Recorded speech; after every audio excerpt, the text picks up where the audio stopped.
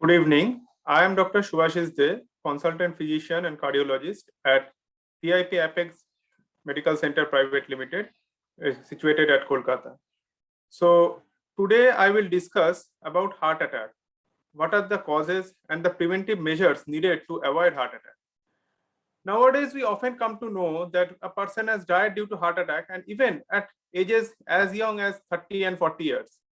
The incidence of heart attack and number of deaths are continuously increasing in India. So let's understand what is the heart attack and what can be the reason behind it. Now, as we all know, heart is the most essential organ and its non-stop functioning is crucial for survival. It's function like a pump, allowing circulation of the blood throughout the body. The blood is circulated through extensive network of various types of small and large blood vessels, and the blood ultimately provides nutrition and oxygen supply to various organs which are necessary for normal functioning of the particular organ. The muscles of the heart continuously contract and relaxes, and this pumps the blood into the blood vessel. The pumping of the heart leads to what we hear as heartbeat. So on an average, a healthy person heart beats around 72 beats per minute, and so the heart contracts about 72 times and relaxes 72 times in each minute. Now, to do this extensive work in a non-stop fashion, uninterruptedly, it requires a continuous supply of oxygen. And for this, heart has its own blood vessels, which is called the coronary arteries, and it supplies oxygen to the various heart muscles. Any interruption in the blood supply or oxygen supply to the heart for even few seconds can impair its function, leading to heart failure or heart attack. Basically, heart attack occurs when the blood vessels supplying blood to heart are blocked. Now, let's understand why there will be a blockage in the blood vessel. The main reason behind this is increased blood pressure, excess cholesterol and fat deposition in the blood vessel. So, what happens when a person is having a high blood pressure? High blood pressure damages the blood vessels, leading to making it stiff, and this stiffness of the inner walls of the blood vessel is an increased risk for cholesterol deposition in the blood vessel. And whenever there is excessive cholesterol deposition in the inner walls of the blood vessels, it blocks the blood flow. And due to this blockage, there is decreased blood supply and oxygen supply to the heart muscles. So a hypertensive patient who has increased workload of the heart, that is increased demand, and at the same time, due to cholesterol deposition, he has reduced blood supply to the heart. So there is a supply demand mismatch and ultimately leading to an heart attack and heart failure. So what are the symptoms of heart attack? Now we all know that chest pain. Now this chest pain can be uncomfortable pressure or a aching type of pain, a numbness, squeezing type of pain, or fullness. Now this pain can radiate towards the arms, the neck, the jaw, and also to the back. All patients may not have the similar type of chest pain. Some may have dizziness, lightheadedness, or fainting. Some may have shortness of breath. Some may have nausea, indigestion. And the symptoms of heart attack are not similar in two persons. They are always different. Even a same person, if he has a second heart attack in his lifetime, the symptom may not be similar. So obvious symptom may not always be present in a person who is having a heart attack. So it is very important. So whenever we experience such symptom, we must consult a healthcare facility so that the heart attack is diagnosed early. Now, what are the different tests that can help us in diagnosing the heart attack? First is the ECG.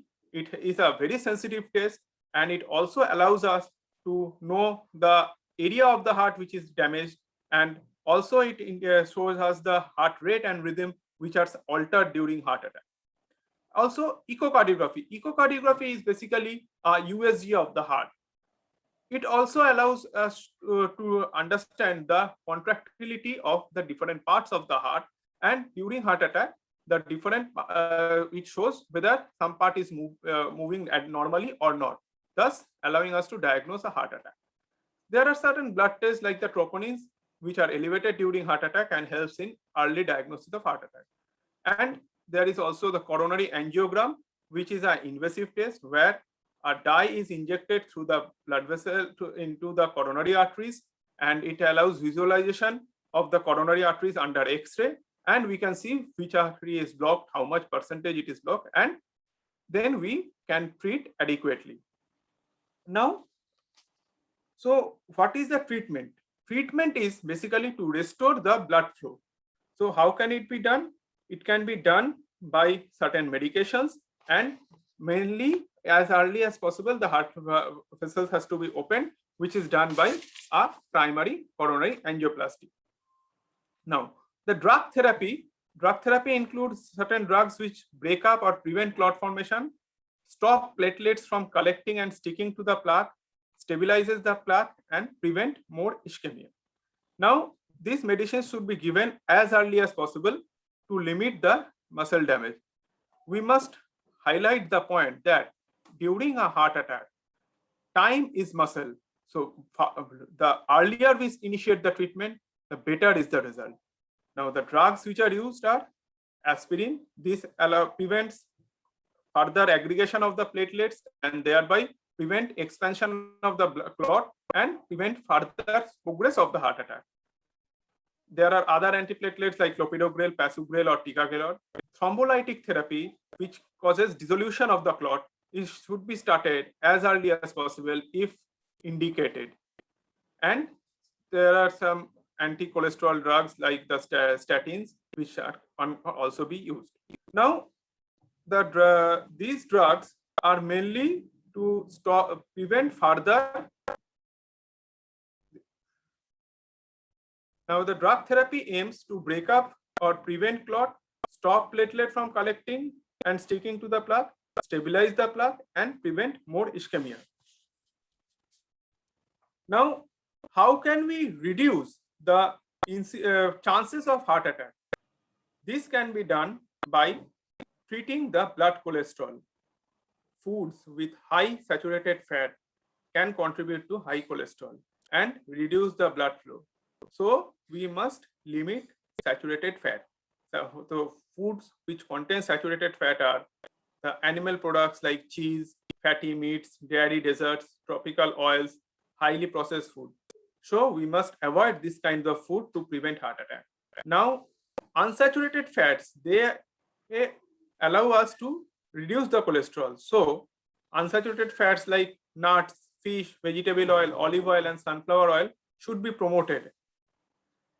Now, the diets like fruits, vegetables, whole grains, poultry, fish, and nuts should be promoted. On the other hand, sugary foods and beverages should be avoided, as they can increase the cholesterol and triglyceride level, contributing to blockage of these coronary arteries. Now, another important thing is to control the blood pressure. Blood pressure can be controlled by taking, if a person is having a blood pressure, by taking antihypertensives regularly. And regarding diet, avoid any extra calories, avoid alcohol, avoid smoking. These all can raise your blood pressure and increase the risk of heart attack and stroke. Avoid excess salt, as this can cause increase in blood pressure. So avoiding excess salt can reduce your blood pressure. The most important thing is maintaining a good exercise plan and maintaining an ideal body weight. Regular physical exercise makes our muscles strong and also our heart strong. So, and this also reduces the bad cholesterol, that is LDL, and raises the good cholesterol, which is HDL. So weekly exercise of around 2.5 hours every week, moderate activity exercise, or 1 hour 15-minute high intensity exercise such as jogging per week is beneficial for our health. So, and another important thing is to reduce the stress as much as possible. Adequate sleep is very much necessary for a healthy heart.